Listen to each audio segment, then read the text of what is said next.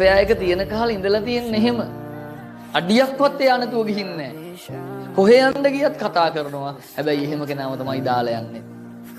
අඩියක්වත් මාන නැතුව යන්නට බැරි ඔබට පුළුවන් වුණ හැටි පුදුමයි මාමගේ හැර යන්න.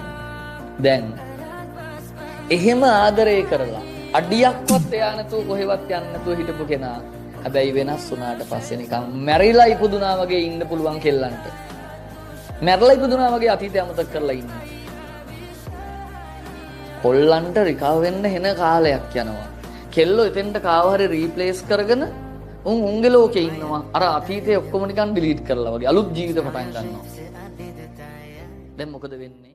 මේ ඉරේ හඳ පවා දන්න මගේ හිතේ තනිය ඔබට නොදැනෙන එක ගැන මයි මට අද පුදුම අඩියක්වත් මා නොමැතිව යන්නට බැරි ඔබට පුළුවන් උන එක පුදුමයි මා මග හැර යන්න